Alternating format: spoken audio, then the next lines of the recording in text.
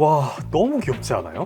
이번 영상에는 바로 이 녀석 나무늘보에 대해 알려드릴게요. 너무 느릿느릿 움직이는 바람에 세상에서 가장 게으른 동물이란 좀 불명예스러운 칭호를 얻긴 했지만, 사실 나무늘보는 그 느린 속도 덕분에 무려 6,400만 년이라는 긴 시간을 지구에서 살아남을 수 있었답니다. 그럼 오늘도 동물들의 흥미로운 사실을 알려주는 애니팩트, 구독, 좋아요, 알림 설정은 저에게 큰 힘이 됩니다. 구독자 여러분 감사합니다. 나무늘보는 중앙아메리카에서 남아메리카로 이어지는 열대우림에 살고 있어요. 근데 왜 나무늘보가 나무늘보라고 불릴까요? 나무를 타는 느림보라고 해서 붙여진 이름이에요. 영어로는 슬로스라고 하는데, 이 슬로스라는 말을 그대로 번역하면 나태란 뜻입니다. 7대 죄악이라고 아시나요? 강철의 연금술사에도 나왔죠. 교만, 탐욕, 시기, 분노, 음욕, 식탐, 그리고 남은 하나가 바로 이 나태예요. 아니, 나무늘보가 무슨 잘못을 저질렀기에 7대 죄악 중 하나 이름까지 갖다 붙인 걸까요? 심지어 얘를 처음 발견한 스페인의 발데스라는 사람은 신데르게 관한 백과사전이라는 책에서 이렇게 말했어요.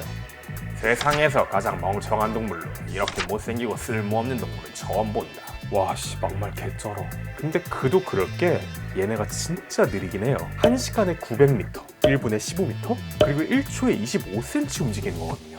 좀 심하게 느리긴 하죠. 그래서 하루에 소비하는 칼로리가 100칼로리밖에 안 돼요. 거의 계란 한 알 정도의 칼로리인데요. 이렇게 느려 터진 생명체가 어떻게 그 긴 시간 동안 멸종되지 않고 살아남을 수 있었던 건지 이제 그 이유를 알려드릴게요. 아참, 지구상에는 크게 두 종류의 나무늘보가 있어요. 바로 세발가락 나무늘보와 두발가락 나무늘보입니다. 그러니까 앞발 개수가 3개, 2개로 각각 다릅니다. 세발가락 나무늘보는 우리가 나무늘보라고 할 때 흔히 떠올리는 동물이라고 생각하면 돼요. 이 디즈니 애니메이션 주토피아에도 귀엽게 나왔었죠. 반면에 두발가락 나무늘보는 세발가락 나무늘보보다 크기도 크고 좀 더 빨리 움직이긴 합니다. 이거 빨리 움직이는 거 맞아요. 얼굴도 확실히 다르지 않나요? 두발가락 나무늘보는 왠지 좀 돼지를 닮기도 했어요. 아무튼 우리가 오늘 알아볼 애들은 바로 얘네, 세발가락 나무늘보라는 걸 기억해주세요. 먼저 외모부터 한번 살펴볼까요? 머리는 둥글고 납작한 게 솔직히 좀 멍청하게 생기긴 했어요. 실제로 뇌가 몸에 비해서 좀 작기는 하대요. 하지만 나무늘보의 지능에 대해서는 아직 제대로 연구된 결과가 없기 때문에 IQ가 낮다고 단정짓긴 좀 어렵습니다. 그도 그럴 게 나무늘보의 공간 기억 능력이 엄청나거든요. 나무늘보는 시력이 나빠서 후각과 기억에 의존해서 공간을 찾아냅니다. 길치가 될래야 될 수가 없는 거죠. 이번에는 목을 한번 볼까요? 나무늘보는 다른 포유동물보다 목뼈가 더 많습니다. 그래서 목이 아주 잘 돌아가는데요. 무려 270도까지 이렇게 돌아갑니다. 앞다리는 또 엄청 깁니다. 얘네는 삶의 대부분을 나무 위에서 생활하기 때문에 앞다리로 어디를 짚을지가 굉장히 중요하거든요. 그래서 뇌에서 앞다리를 제어하는 부분도 굉장히 발달했다고 하네요. 발톱은 엄청 강하고 크지만 공격 용도는 아니에요. 나무늘보에게 발톱이란 해먹 고리, 벌어놓는 카라비너, 그 정도로 생각하면 될 것 같아요. 나무에 오래 매달려 있어도 피곤하지 않도록 진화된 것이기 때문이죠. 옛날에 미국의 제3대 대통령 토마스 제퍼슨 아저씨가 나무늘보의 뼈를 담은 상자를 선물로 받은 적이 있었대요. 근데 이 무시무시한 발톱과 엄청난 팔길이를 보고 키가 한 3m 정도 되는 사자가 있는 게 아닐까 생각하기도 했을 정도랍니다.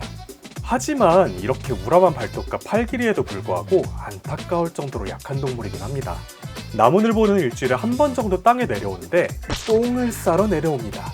나무 위에서 안 싸고 굳이 내려와가지고 구덩이까지 파고 거기에 똥을 싼단 말이죠. 그 이유에 대해선 썰이 여러 가지가 있는데 그건 잠시 후에 얘기해드릴게요. 아무튼 나무늘보가 땅에 내려오면 곧게 서지를 못해요. 땅에 딱 붙어있는 게 좀 물걸레 같이 보이기도 하는데, 그 이유는 나무늘보의 근육 구조에 있습니다. 나무에 매달리기 편하도록 수축근은 발달했지만 골격근은 잘 발달하지 않았기 때문이죠. 이 골격근이 약하다 보니까 몸을 세울 힘이 부족한 거예요. 근데 흥미로운 건 고대에는 땅에 멀쩡하게 다니는 땅늘보라는 친구도 있었다는 거예요. 여러 종류가 있었지만 그중 대표적인 건 메가테리움이에요. 이 이름부터 가슴이 웅장해지지 않나요? 진짜 엄청 커서 크기가 작은 코끼리만 했다고 해요. 이렇게 커다란 메가테리움의 주식은 풀, 나뭇잎, 아보카도를 먹고 살았어요. 아보카도 씨앗이 얼마나 큰지 알고 계신가요? 이걸 꿀꺽 삼킬 수 있는 유일한 동물이었다고 해요. 그러니까 메가테리움이 대변을 통해 아보카도 씨앗을 퍼뜨릴 수 있는 유일한 동물이었다는 거죠. 우리가 먹는 지금 아보카도는 다 메가테리움이 여기저기 싸질러 놓은 것이죠. 메가테리움은 1만 년 전쯤에 멸종됐다고 추측되고 있는데요. 빙하기 때문이다, 인간에 의해 멸종했다 등 여러 가지 설들이 있지만 사실 추측만 난무하고 진실은 아직 알 수 없다고 해요. 아무튼 그렇기 때문에 이제는 땅에서 강한 나무늘보란 존재하지 않습니다. 그렇다고 얘네가 나무에서 강하냐? 그것도 아니거든요. 이렇게 약한 나무늘보를 잡아먹는 친구들로는 대표적으로 무시무시한 제규어, 퓨마, 그리고 하피이글이라는 친구가 있어요. 제규어랑 퓨마는 좀 여러분에게 익숙하죠? 얘네는 땅에서도 엄청 강한데 심지어 나무까지 엄청 잘 타요. 나무늘보도 얘네한테 끈질기게 버텨보긴 하겠지만 결국은 이렇게 잡아먹히고 맙니다. 이번엔 하피이글인데요. 혹시 하피 혹은 하르피아라고 불리는 전설의 동물을 알고 계신가요? 하피는 그리스 신화에 등장하는 괴물 새인데 몸은 새고 머리가 인간의 여성의 모습을 띠고 있어요. 그런데 그 이름을 딴 하피이글은 이 하피랑은 조금 다르게 생겼고 사실 진짜 이렇게 멋지게 생긴 독수리예요. 현존하는 독수리종 중에 가장 큰 종인데요. 날개를 다 펼치면 무려 2m나 됩니다. 이런 하피이글한테 걸리면 우리 귀여운 나무늘보가 살아남기란 사실 쉽지가 않아요. 나무 위에서 하피이글 혹은 제규어나 퓨마한테 걸렸다? 나무늘보는 꼼짝없이 당할 수밖에 없습니다. 그래서 나무늘보가 살아남기 위해 선택한 방법은 바로 위장술이에요. 나무늘보는 털색을 나뭇잎처럼 초록초록하게 바꾸거든요. 파충류도 아닌데 무슨 색을 바꾸냐고요? 이건 사실 색을 바꾸기보다는 주변의 색을 이식한다고 볼 수 있어요.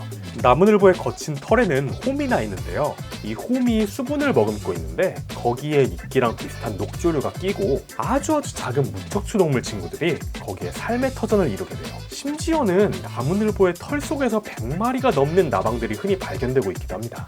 극혐. 가끔 먹을 게 떨어지면 등에 붙은 녹조류를 비상식량으로 사용한다고 하네요. 몸에 먹이를 키워서 먹는다니 진짜 신박하지 않나요? 하긴 우리도 어렸을 때 다 해봤잖아요. 그 코딱지 나만 해봤나?